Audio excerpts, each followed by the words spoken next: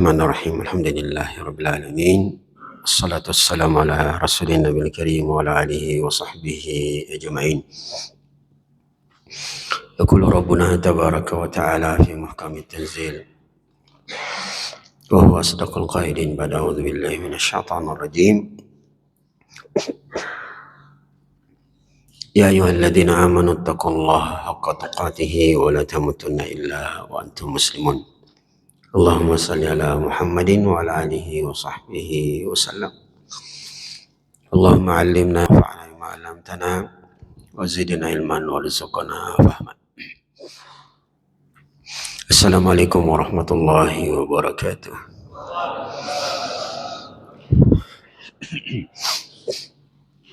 Alhamdulillah, Bapak Ibu jamaah sekalian, kita memuji Allah Subhanahu wa taala. Subuh hari ini kita berkumpul kembali di masjid kita untuk kita sama-sama mempelajari ayat-ayat Allah Subhanahu wa taala, juga hadis-hadis Nabi kita alaihi wasallam. Untuk itu kita setelah mengucapkan syukur, kita bersalawat kepada Nabi kita, junjungan kita Nabi besar Muhammad sallallahu alaihi wasallam. Bapak Ibu jamaah sekalian, insyaallah pada subuh hari ini saya ingin mengajak kita semua untuk memperhatikan satu ayat dalam surah An-Nisa ayat 32. Mohon maaf, bukan 23, ayat 32. Nanti penjelasannya lewat hadis Nabi sallallahu alaihi wasallam. Allah berfirman, A'udzu billahi minasyaitonir rajim. Wa la tatamannaw ma faddala Allah bihi ba'dakum 'ala ba'din. Lirijali nasibu mimma iktasabu wa lin-nisa'i nasibu mimma iktasaban. Was'alullaha min fadlihi. Innallaha kana bikulli syai'in 'alima. Allah mengatakan, wala tatamannaw ma faddalallahu bihi ba'dakum ala ba'd. Janganlah kalian mengharapkan keutamaan yang Allah berikan kelebihan sebagian di atas sebagian yang lain. Lirijali nasibu mimma iktasabu, bagi kaum laki-laki apa yang mereka usahakan, walin nisa'i nasibu mimma iktasaban, bagi kaum wanita juga mendapatkan balasan atas apa yang mereka usahakan. Was'alullaha min fadli, mintalah kepada Allah keutamaan yang ada di sisinya. Innallaha kana bikulli syai'in 'alima. Sesungguhnya Allah Subhanahu wa taala Maha mengetahui segala sesuatu. Bapak Ibu jamaah sekalian, ayat ini secara umum mengajarkan kepada kita untuk tidak hasad terhadap kelebihan yang Allah berikan kepada sebagian yang lain dari hamba-hambanya. Ujungnya Allah mengatakan, was'alullaha min fadli. Kalau kalian juga ingin mendapatkan keutamaan, kemuliaan, kelebihan, maka janganlah kalian hasad, tetapi mintalah kepada Allah Subhanahu wa taala. Ya, Bapak Ibu jamaah sekalian, untuk menjelaskan ayat ini, mari kita mendengarkan sebuah hadis yang diriwayatkan oleh Imam Muslim, yang akan menjelaskan satu bagian dari cara yang benar hasad kepada saudara kita. An Abi Dzarrin radhiyallahu anhu, dari seorang sahabat yang mulia, Abi Dzar radhiyallahu an, beliau mengatakan, inna nasan min ashabin Nabi sallallahu alaihi wasallam, ada beberapa kelompok sahabat yang disebutkan mereka adalah orang-orang miskin dari kalangan sahabat Nabi.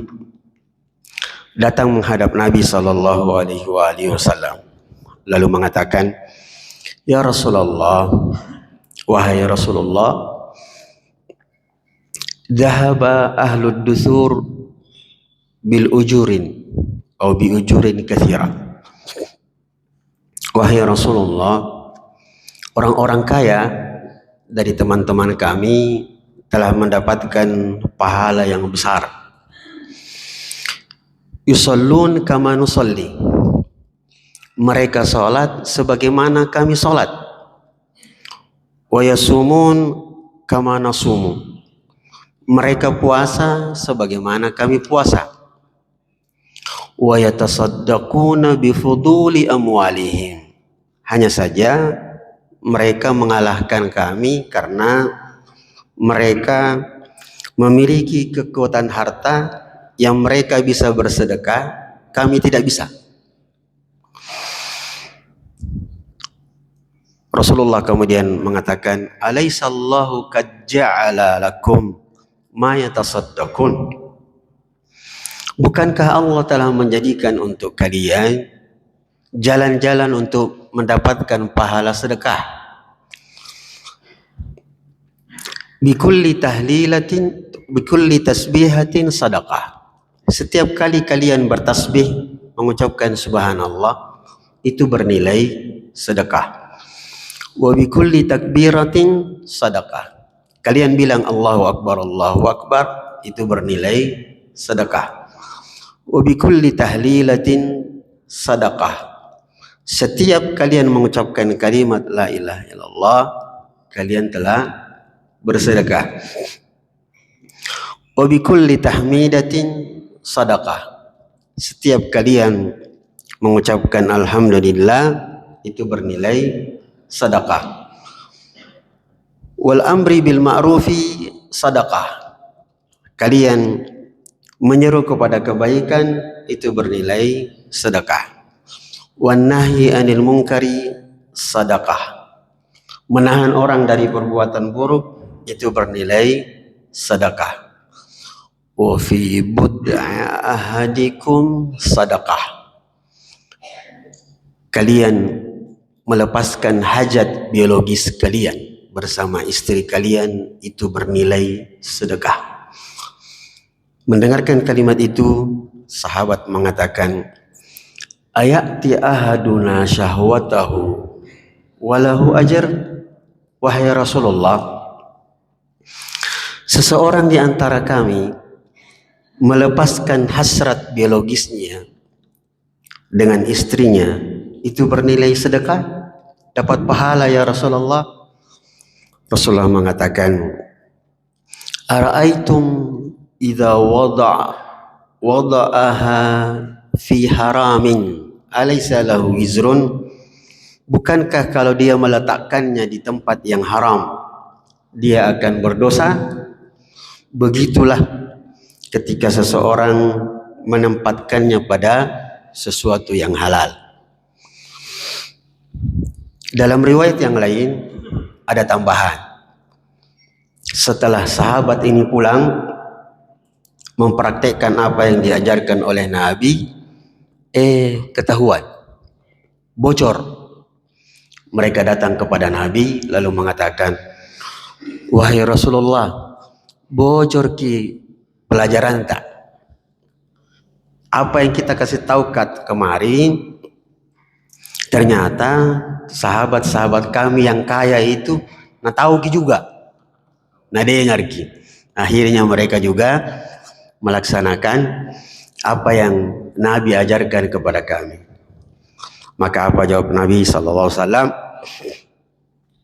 Dzalika fadlullahi yu'tihi man yasha. Itulah keutamaan yang Allah berikan kepada siapa yang Allah kehendaki. Dari sini Bapak Ibu jamaah sekalian, memberikan kita banyak pelajaran.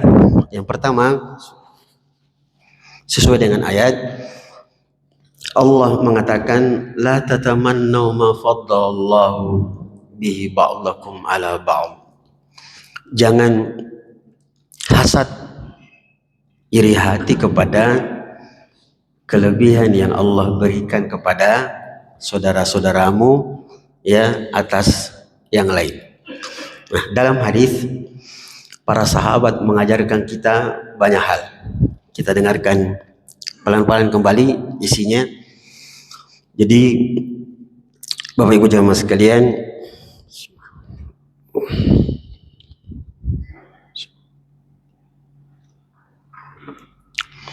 diceritakan bahwa para sahabat yang miskin-miskin ini merasa gelisah ya, karena peluang mereka mendapatkan pahala itu ternyata ada yang tersendat, dikalahkan oleh sahabat yang kaya. Maka mereka pun menghadap Nabi dengan mengatakan, "Ai pacce ini Rasulullah, itu sahabat-sahabat kami yang kaya-kaya telah mendapatkan pahala yang banyak mengalahkan kami. Ya. Kami puasa, mereka juga puasa. Kami sholat, mereka juga sholat. Tapi mereka mempunyai kelebihan harta. Yang dengan kelebihan hartanya itu mereka bersedekah." Di sini memberikan pelajaran kepada kita. Yang pertama, Bapak Ibu jamaah sekalian, bahwa para sahabat adalah kaum yang hatinya itu sangat lapang, ya, tidak pernah merasa cemburu dengan harta yang dimiliki saudara-saudaranya dari sisi banyaknya. Mereka justru cemburu dengan kelebihan harta saudara-saudaranya yang dipakai untuk melakukan kebaikan. Nah, dari sini memberikan petunjuk kepada kita sekalian, boleh hasad jika yang dimaksud adalah menginginkan juga melakukan kebaikan sama dengan saudara-saudara kita. Jadi dalam bahasa agama kita sebenarnya bukan hasad, itu namanya ghibtah. Yang Rasulullah mengatakan la hasada illa fitnatain, tidak boleh hasad kecuali pada dua hal, yang dalam istilah agama kita mengatakan ghibtah. Jadi bercita-cita melakukan kebaikan yang sama yang dilakukan oleh orang yang memiliki kelebihan dari kita, ya, seperti yang disebutkan Nabi, dari sisi harta dan dari sisi ilmu. Jadi para sahabat adalah kaum yang pandangannya jauh ke depan. Mereka selalu berpikir tentang akhirat. Yang kedua, Bapak Ibu jamaah sekalian, mereka datang mengadu kepada Nabi SAW bahwa orang-orang kaya mengalahkan mereka dari sisi pahala. Dari sini memberikan petunjuk bahwa orang kaya itu dicintai oleh Allah Subhanahu wa taala jika dia adalah orang kaya yang pandai bersyukur, dan Allah mencintai orang miskin yang pandai bersabar. Jadi dua-duanya memiliki keutamaan. Kalau Bapak Ibu dikasih pilihan, mana yang Ibu pilih, Bapak pilih kira-kira Pak? Jadi orang kaya yang bersyukur atau orang miskin yang bersabar? Kira-kira Pak, kalau kita sama-sama dikasih pilihan, kaya bersyukur tapi Pak Ibu, orang miskin itu dibandingkan orang kaya, orang miskin akan masuk surga 70 tahun lamanya. Nanti 70 tahun setelah orang miskin sudah ada di surga, baru orang kaya masuk. Bagaimana Pak Ibu? Pilih mana?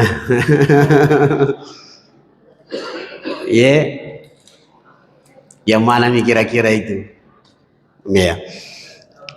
Yang jelasnya dua-duanya memiliki keutamaannya sendiri. Betul, kadang-kadang orang kaya itu terlambat masuk surga karena banyak yang ditanyai, hartanya dari mana dan kemana. Tapi Orang kaya sekalipun terlambat, dia akan memiliki ya kelebihan yang tidak dimiliki oleh orang-orang miskin. Jadi dua-duanya baik, tinggal bapak ibu rasa-rasa yang mana kira-kira yang bagus. Jadi orang kaya yang bersyukur atau orang miskin yang bersabar. Kalau ulama rata-rata memilih jadi orang miskin, sebab mereka mengatakan lebih banyak orang berhasil diuji dengan kemiskinan daripada diuji dengan kekayaan. Ya.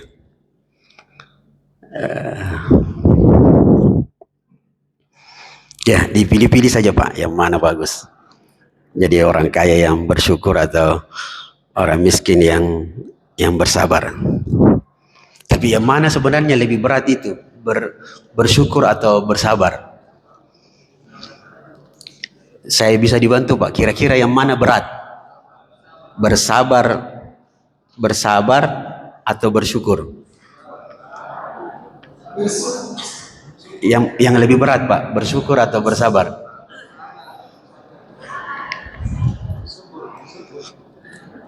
Kalau bersabar biasanya hubungannya dengan masalah musibah, begitu Pak ya? Selesai masalahnya, selesai sabarnya. Tapi kalau bersyukur, selama nikmat itu ada, selama itu pula kita dituntut jadi orang yang bersyukur. Berarti yang berat ya dipilih-pilih Pak, dipilih-pilih. Ya baik. Itu pelajaran berikutnya. Berikutnya Bapak Ibu jamaah sekalian, kalau kita ikuti pelan-pelan hadisnya, ketika para sahabat ini mengatakan, wahai dikala sama orang kaya ini wahai Rasulullah, mereka bisa bersedekah dengan harta mereka, maka Rasulullah memberikan satu solusi yang sangat jitu. Rasulullah mengatakan, jangan khawatir, orang kaya bisa mengalahkan kalian karena mereka bisa bersedekah. Sebenarnya tuh Allah menyiapkan pintu-pintu kebaikan yang sangat banyak, bahwa bersedekah itu tidak mesti dengan harta. Inna likulli tasbihatin sadaqah. Setiap kalian bertasbih itu nilainya sedekah.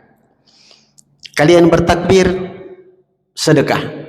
Kalian bertahlil sedekah. Kalian bertahmid sedekah. Di sini memberikan petunjuk bahwa sekali lagi pintu-pintu kebaikan sangat banyak. Sangat banyak Bapak Ibu jamaah sekalian. Dan hebatnya perbuatan-perbuatan, ada beberapa perbuatan yang kita tidak pernah menyangkanya itu bernilai pahala, ternyata dia bernilai pahala. Nanti insyaallah panjang umur kita akan bahas satu pokok bahasan yang saya dapatkan dari satu judul buku yang tidak sangka saya sempat beli. Bukunya itu judulnya Masuk Surga Tanpa Sengaja. Nanti insyaallah saya sebutkan beberapa hadis tentang hal-hal tersebut. Masuk surga tanpa sengaja, termasuk tasbih.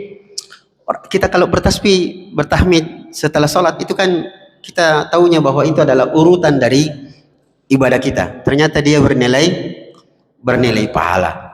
Hebatnya Bapak Ibu jamaah sekalian, ujung hadisnya sebelum terakhir Rasulullah mengatakan, wa fi bud'i ahadikum sadaqah. Kalian melepaskan syahwat biologis kalian bersama istri kalian itu bernilai pahala. Sampai-sampai Rasulullah ditanya oleh sahabat, wahai Rasulullah, kami melepaskan syahwat biologis kami dapat pahala? Coba dengarkan. Wahai Rasulullah, ini memberikan petunjuk bahwa sahabat sendiri tidak menyangka bahwa perbuatan yang istilahnya sepele, tidak pernah diharapkan bahwa itu dapat pahala, ternyata mendapatkan pahala.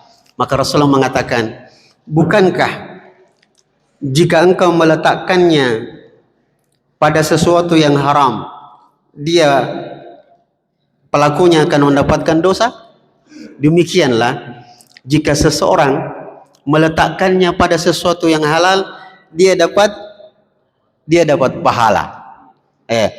Bapak Ibu jamaah sekalian, di sini memberikan petunjuk betapa Rasulullah SAW mengajarkan kita tentang romantisme dalam hubungan rumah tangga. Ibu bapak, coba kita dengarkan hadis yang lain yang nanti memberikan petunjuk betapa seorang istri hendaknya selalu melayani suaminya dengan baik. Coba kita dengarkan hadisnya. Rasulullah mengatakan, rahimallahu mra'an, sungguh Allah selalu merahmati sepasang suami istri yang duduk-duduk berdua di dalam rumahnya, yudahikuha wa tudahikuhu. Allah akan senantiasa merahmati sepasang suami istri yang selalu duduk berdua. Jadi Bapak Ibu sering-seringlah ya duduk-duduk berdua ya. Apalagi kita sudah tua ya, sudah mawaddah warahmah, mawaddahnya itu sudah menipis. Yang ada itu adalah rahmanya ya. Jadi rahasia di balik kalimat mawaddah warahmah itu sebenarnya dalam masalah cinta ya. Mawaddah itu cinta ketika orang masih muda, sedangkan rahmah ketika orang sudah mulai sepuh, sudah mulai tua ya. Itulah sebabnya ada kalimat disisipkan yang penting untuk kita pahami, bahwa kalau duduk berdua Bapak Ibu, jangan bilang sama istri kita I love you full, saya mencintaimu sepenuh hati. Jangan. Sebaiknya cinta itu tidak sepenuhnya, tidak 100%. Jangan bilang sama istri kita saya mencintaimu 100%. Sebaiknya menggunakan kalimat ini Bu, dalam bahasa Inggris. Dalam bahasa Arab itu rahmah. Dalam bahasa Inggris, Bapak Ibu yang jago bahasa Inggris, kayaknya saya kalau ada salah sebut, coba bahasa Inggris itu bilang begini. Bilanglah sama istri saya, I love you almost full. Jangan bilang I love you full atau almost full, saya mencintaimu sepenuh hati. Kalau almost full itu hampir penuh. Tapi bilanglah I love you almost full, saya mencintaimu hampir penuh. Kenapa hampir penuh? Supaya ada ruang untuk dia bertumbuh dan berkembang. Jadi jangan bilang full. Kalau dia full, dia berarti sudah sudah mentok. Akhirnya Bapak Ibu jamaah sekalian, Nabi mengatakan, sungguh Allah merahmati sepasang suami istri yang biasa duduk-duduk berdua, mereka bercanda, suaminya membuat istrinya tersenyum dan istrinya membuat suaminya tersenyum. Kedua sepasang suami istri ini akan selalu mendapatkan rahmat dan kebaikan, juga doa dari para malaikat. Jadi bagus Pak. Alhamdulillah di antara Bapak Ibu ada yang suami istri jalan dari rumah menuju masjid subuh-subuh, ntar duduk-duduk ya bercanda, itu sesuatu yang baik. Dalam pelajaran yang lain Bapak Ibu jamaah sekalian, yang memberikan petunjuk bahwa hubungan suami istri itu akan selalu mendapatkan pahala, coba kita dengarkan hadis berikut ini. Dalam potongannya Rasulullah mengatakan, wa antadha luqmatan fi imra'atika sadaqah. Engkau meletakkan sesuap nasi di mulut istrimu itu bernilai sedekah.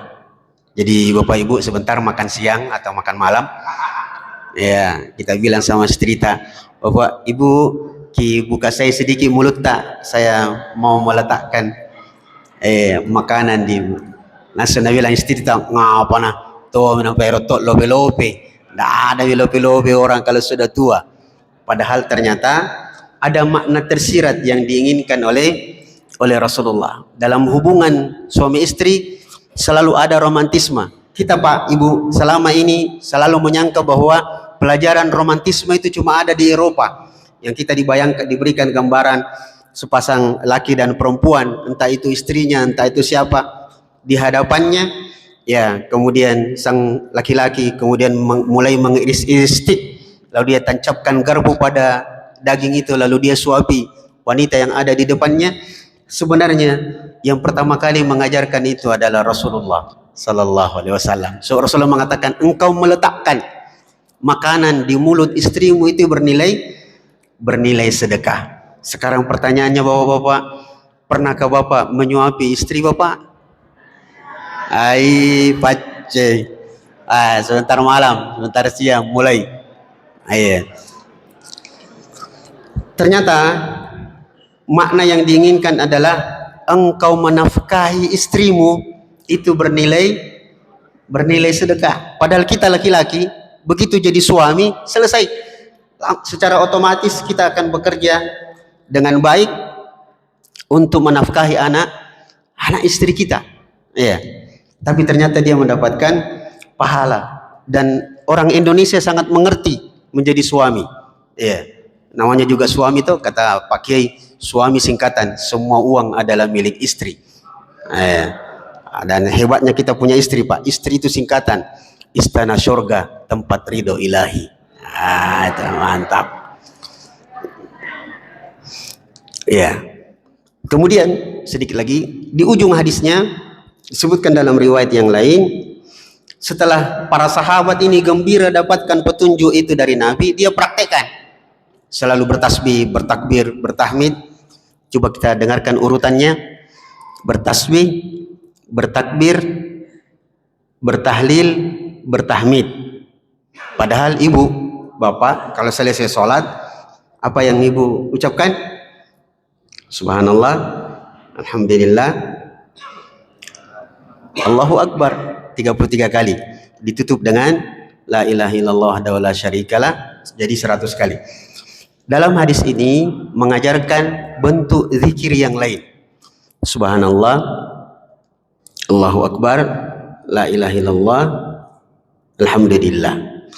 Ini Bapak Ibu 4. Kalau ibu terburu-buru berzikir, ya, maka 4 ini dikali 25 jadinya 100. Masing-masing disebut 25 kali, maka dia jadi 100. Jadi kalau misalnya ibu berada di masjid, buru-buru mau keluar, ada sesuatu yang mau diselesaikan, maka yang biasanya subhanallah 33, alhamdulillah 33, Allahu Akbar 33, ditutup, dicukupkan 100 dengan la ilaha illallah wahdahu la syarika dan seterusnya, itu jadi 100. Itu sebagai gantinya. Itu banyak juga Ustaz, 25 kali 4 jadi 100. Ada yang lebih singkat, ada. Bisa subhanallah 10 kali, alhamdulillah 10 kali, Allahu Akbar 10 kali. Jadi kalau misalnya kita dalam suatu perjalanan, sehingga kita sholat, sopirnya sudah mau berangkat, kita baru selesai salam, assalamualaikum warahmatullahi, assalamualaikum warahmatullahi, mau kita berzikir, maka diucapkanlah subhanallah 10 kali, alhamdulillah 10 kali, Allahu Akbar 10 kali. Itu menutupi ucapan zikir seperti biasa, seperti yang biasa terjadi di masjid kita ini. Setelah sholat itu langsung diumumkan. Kalau boleh memberikan saran Bapak Ibu jamaah sekalian, protokol kalau selesai sholat tenang-tenang saja dulu, tenang-tenang kira-kira 3 menit, jangan langsung umumkan, karena alhamdulillah kita pengajiannya sudah ketahuan, ya. Tenang saja dulu kira-kira 3 menit, ya, berzikir dengan baik, dan jangan lupa baca ayat kursi supaya juga jamaah bisa lebih tenang, yaitu karena alhamdulillah pengajian kita rutin, jadi orang sudah tahu bahwa insya Allah akan ada pengajian.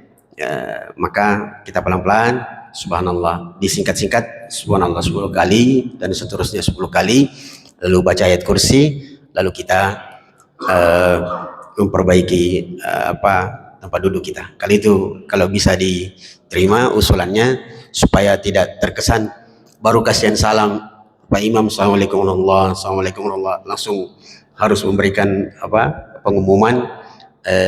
Kasihan, dia perlu sedikit jeda untuk berzikir. Nah, alhasil Bapak Ibu jamaah sekalian, ujungnya adalah sebagaimana dalam ayat was'alullaha min fadli. Kalau kalian ingin juga mendapatkan kebaikan sebagaimana yang dimiliki saudaramu, jangan berusaha untuk menghilangkannya hasad, tetapi mintalah kepada Allah, semoga kalian mendapatkan yang sama. Alhasil Bapak Ibu jamaah sekalian, sesuai dengan hadis, ketika para sahabat datang lagi mengatakan, wahai Rasulullah, kami sudah mempraktikkan apa yang kau ajarkan, tapi sayangnya orang kaya itu dia dengar juga pelajaran yang Rasulullah ajarkan kepada kami. Bocor ki wahai Rasulullah. Maka Rasulullah pun dalam riwayat tersenyum lalu mengatakan, zalika fadlullahi yu'tihi ma yasha. Demikianlah Allah memberikan kelebihan satu sama lain di antara kalian, ya, bagi siapa yang dikehendakinya. Dan ini memberikan pelajaran penting untuk kita menjadi orang yang selalu berlapang dada kalau ada kelebihan yang dimiliki oleh orang lain dan kita tidak sanggup mendapatkannya, maka itulah keutamaan yang Allah berikan kepada yang lain. Tetapi Allah Subhanahu wa taala sudah membagi pos-pos rezeki ini kepada hamba-hambanya. Dan tidak semua yang kita minta kepada Allah berupa rezeki khususnya itu diberikan oleh Allah Subhanahu wa taala. Akhir ayatnya Allah mengatakan, lau basatallahu rizqa li'ibadihi labaghaw fil ard. Sekiranya semua hamba-hamba ini, ya, diberikan keluasan rezeki sesuai dengan permintaannya, sangat dikhawatirkan hamba-hamba itu menjadi hamba-hamba yang sombong di permukaan bumi. Saya kira ini Bapak Ibu jamaah sekalian, mohon maaf jika ada kata yang tersalah. Semoga Allah Subhanahu wa taala selalu menjadikan kita hamba-hambanya yang pandai bersyukur jika kita mendapatkan kebaikan, dan semoga kita menjadi orang-orang yang pandai bersabar jika kita mendapatkan ujian dan cobaan dari Allah Subhanahu wa taala. Semoga Allah selalu memberkahi kehidupan kita. Wassallallahu ala Muhammadin wa ala alihi wa sahbihi wasallam. Assalamualaikum warahmatullahi wabarakatuh.